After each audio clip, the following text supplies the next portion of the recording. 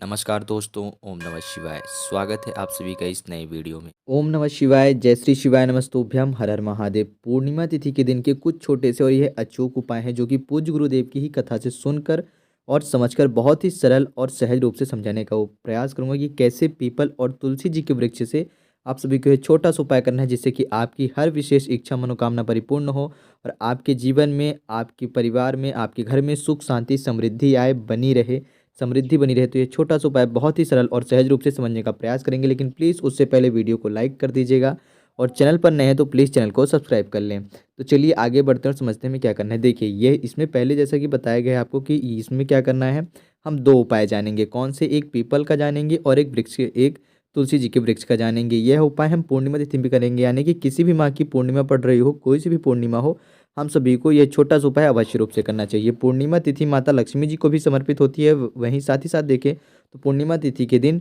चंद्रदेव का बहुत ही ज़्यादा अधिक महत्व होता है, क्योंकि चंद्रदेव जो पूर्णिमा तिथि जो होती है वह चंद्रदेव की होती है।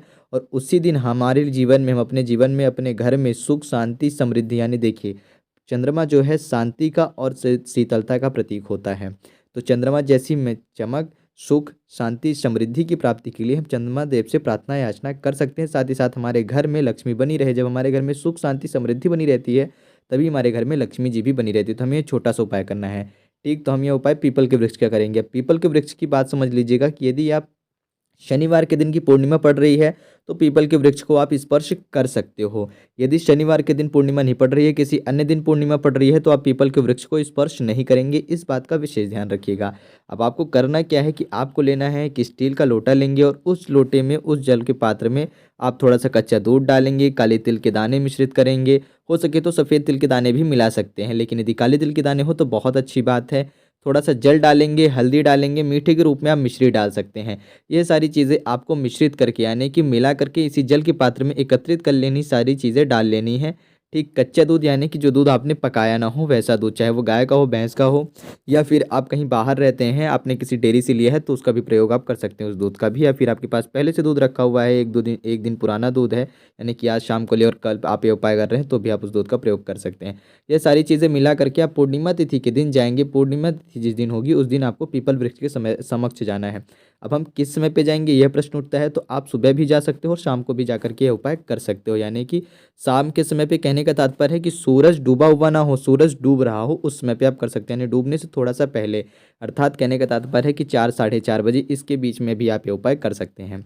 वहाँ पर जा कर के आपको एक लोटा जल जो है पूर्णतः समर्पित कर देना है पीपल वृक्ष के नीचे। देखिए, जब आप ये सारी चीज़ें इस जल के पात्र में मिला रहे होंगे ना, उस वक्त भी आपको ओम नमो भगवते वासुदेवाय नमः, ओम महालक्ष्मी नमः, ओम चंद्र देवताय नमः, यानी कि भगवान वासुदेव को, उसके बाद आप माता लक्ष्मी जी को और उसके बाद आप चंद्रदेव को याद करेंगे। ध्यान रखिएगा, भले पूर्णिमा तिथि है लेकिन सबसे पहले वासुदेव जी को याद करेंगे, अर्थात नारायण होते हैं हमारे।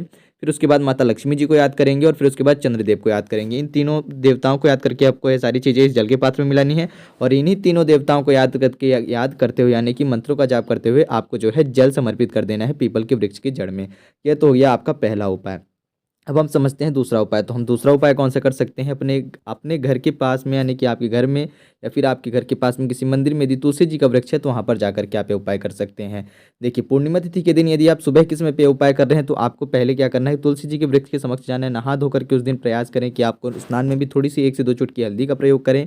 कच्चा दूध, जल, हल्दी और मिश्री, इन 3 चीज़ों का मिश्रण करके आपको माता लक्ष्मी जी को जलाभिषेक करना है, उनसे प्रार्थना याचना करनी है, उनसे विनती करनी है, सुख शांति समृद्धि बनी रहे, आपको ऐसी इच्छा प्रकट करनी है। यह तो हो गया सूर्योदय के समय, यानी कि जब सूर्य निकला हुआ रहेगा उस समय का। अब सूर्यास्त के ढलते, सूर्य डूबते डूबते यदि आप यह क्रिया नहीं कर पा रहे हैं, आपको समय दिन में नहीं मिल पाया, आप संध्या के समय पे करना चाहते हैं पूर्णिमा तिथि का उपाय, तो संध्या के समय पे आपको क्या करना है, सूर्य अस्त होने के बाद आपको एक लंबी बाती का दीपक लेना है।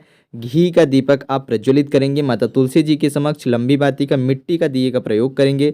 उसमें 1 से 2 चुटकी हल्दी और कुछ 11 काले तिल के दाने का प्रयोग करेंगे और 11 बार भगवान वासुदेव के नाम का ओम नमो भगवते वासुदेवाय नमः, ओम महालक्ष्मी नमः, इस प्रकार से आप मंत्रों का उच्चारण करके वह दीपक रख देंगे। और फिर अंत में हाथ जोड़ करके भगवान चंद्रदेव को देखेंगे, उनको प्रणाम करेंगे, ओम चंद्र देवताय नमः करेंगे, उनसे प्रार्थना याचना करेंगे कि घर में सुख शांति समृद्धि बनी रहे, आपको इस प्रकार से यह छोटा सा उपाय करना है।